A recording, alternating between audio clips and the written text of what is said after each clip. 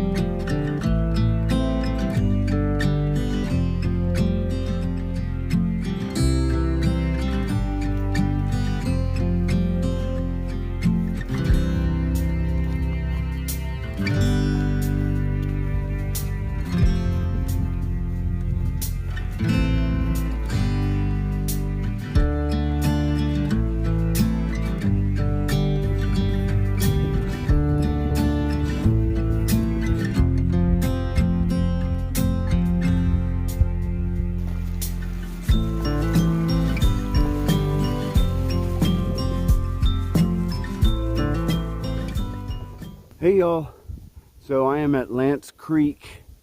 You can see the camping, you walk back there. There's some decent camping here, and then the water is just right there.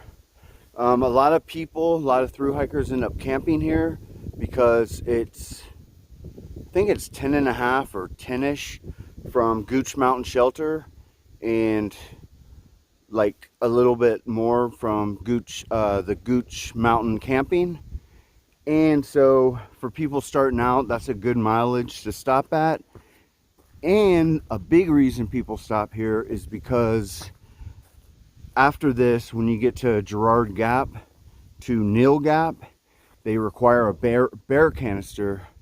Although I've camped many times on Blood Mountain and have never once used a bear canister, and I've never had problems.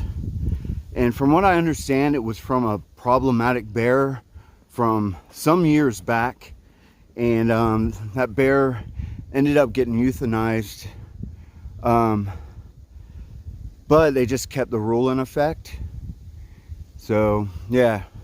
But yeah, that's a pretty popular spot for northbounders, Lance Creek camping. But I'm gonna keep on hiking northbound and I will get back with y'all. All right.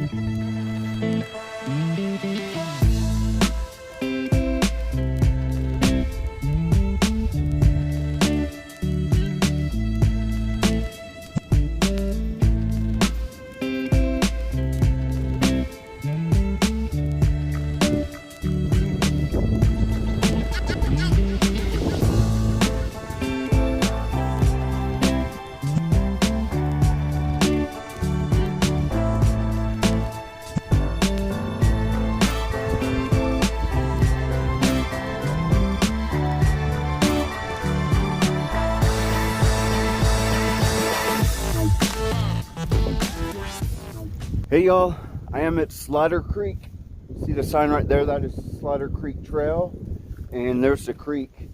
And from here on, as you can see, straight up is Blood Mountain. That's Blood Mountain right there.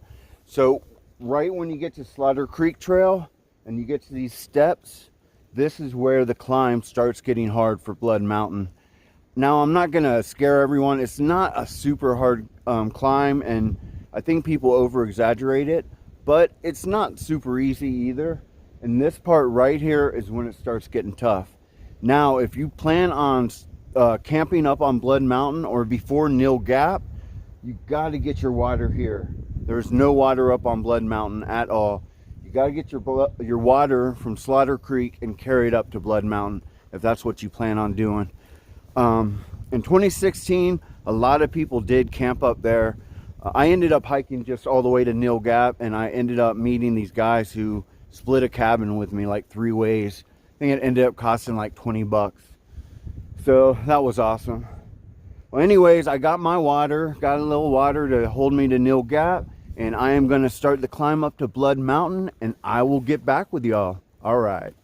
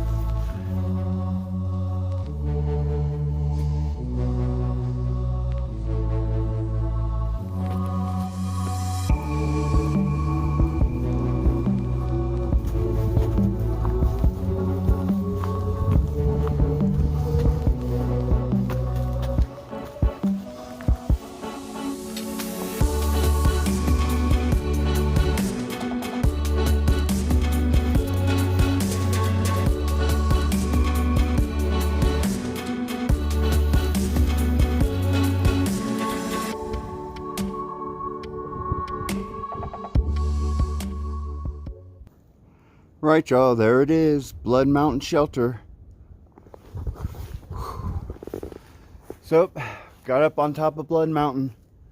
So I'm gonna take you into the shelter, give you a quick little tour, and show you why it's not the best place to sleep in.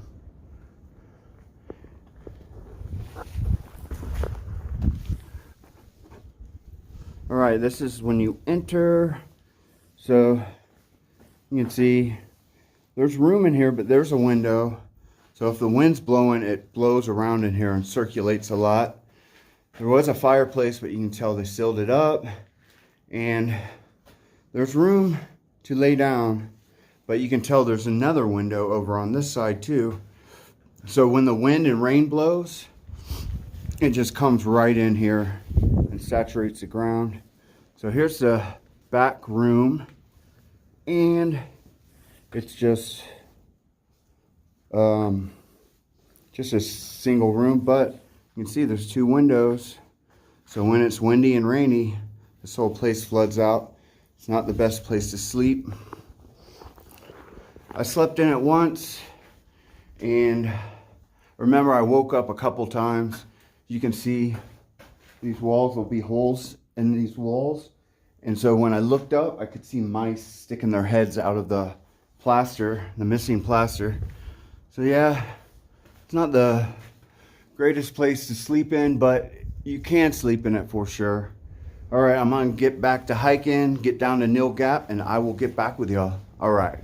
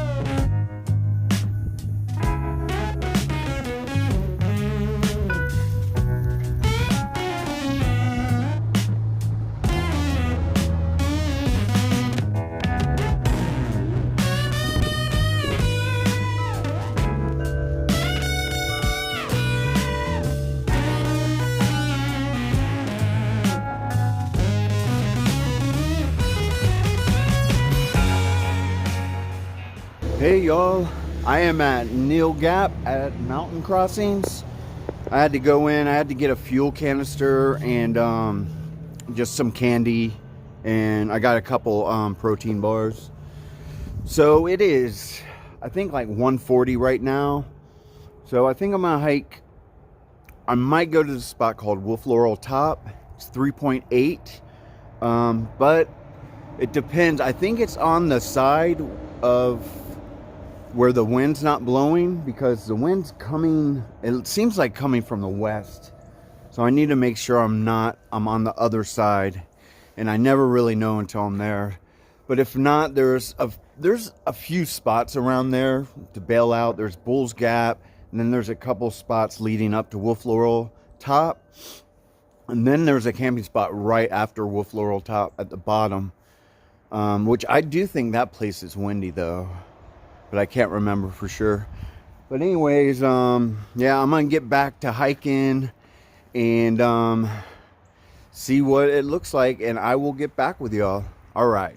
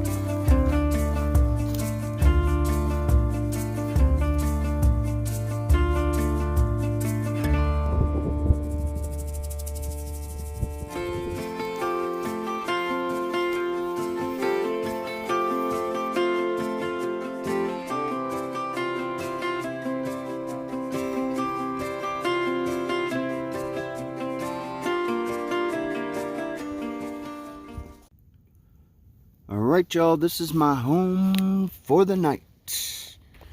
I'm at Floral Top, and as you can see, it is a great camp spot. So, see my tent's there.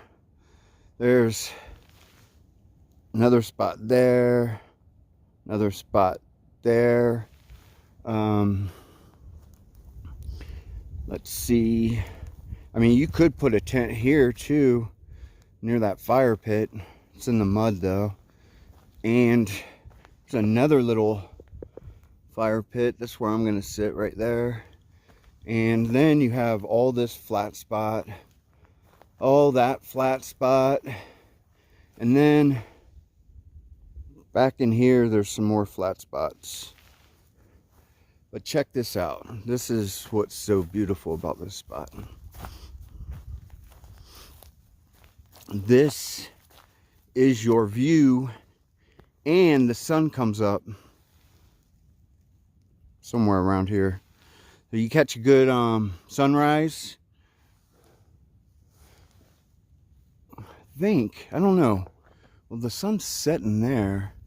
So maybe it's the sunrise is over here. Over here somewhere. I've only camped here, this is my third time, so I kind of forget. But I know there's an awesome sunrise here. But man, look at that view. I believe that is Cow Rock Mountain right there. And then I don't know what the other mountains are. But man, it's an amazing view. Looks like they're having controlled burns over there. Yeah, but as you can see, this spot, it's just an epic spot up here, man. So where I got my water is 0.8 south. So you have to get water and carry it up here if you're going northbound. Southbound, there's a camp spot. I think it's another, only like a half mile, maybe 0.6 down. There's water there. So if you're going southbound, you could get water at that camp spot and then bring it up here. Both of the climbs aren't too bad. They're short, kind of steep, but short. Definitely doable if you want to just carry some water up here. Yeah, man. I mean, this is what it's all about to me. Views like this, especially when you're camped at them. I mean, you can see my tent is right there. So I just get this epic view, which you can see behind me. Yeah, man. I love this spot. And it was really windy today, and for some reason this spot is always kind of protected from the wind. I don't know why. I mean, it's a little breezy, but not like it was everywhere else. Yeah, so I'm just gonna sit down over there. I think I'm gonna edit my videos. It's only 4 o'clock. It's early, and yeah, I think this was 14.8. around 15 miles today, so that's not bad at all considering that section from Woody Gap to here. It's not the easiest section in the world. So yeah, I'm just gonna stop talking and sit over there, edit my video, eat a little bit of something, and just watch that view, and I will get back with y'all. All right.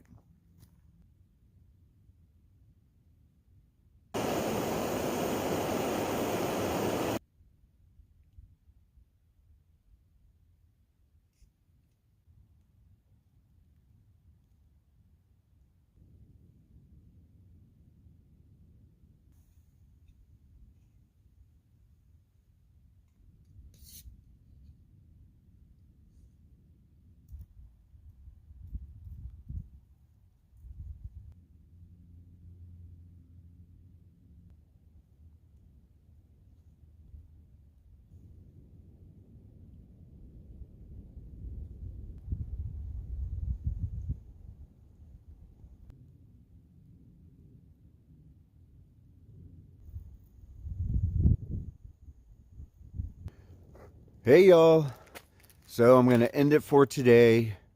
Let's see, I started off at Woody Gap, got dropped off by my wife, hiked up Blood Mountain, down it, through Neal Gap, through Mountain Crossing, to Floral Top, where I am camped right now. And you can see the beautiful view. Yeah, so, well, it ended up being 14 and a half exactly, 14.5. So when I looked it up, so that's not bad at all. Tomorrow, my plans are to go to the Blue Mountain Shelter, and that's 15.1. I should be able to make it. It's not a super hard section.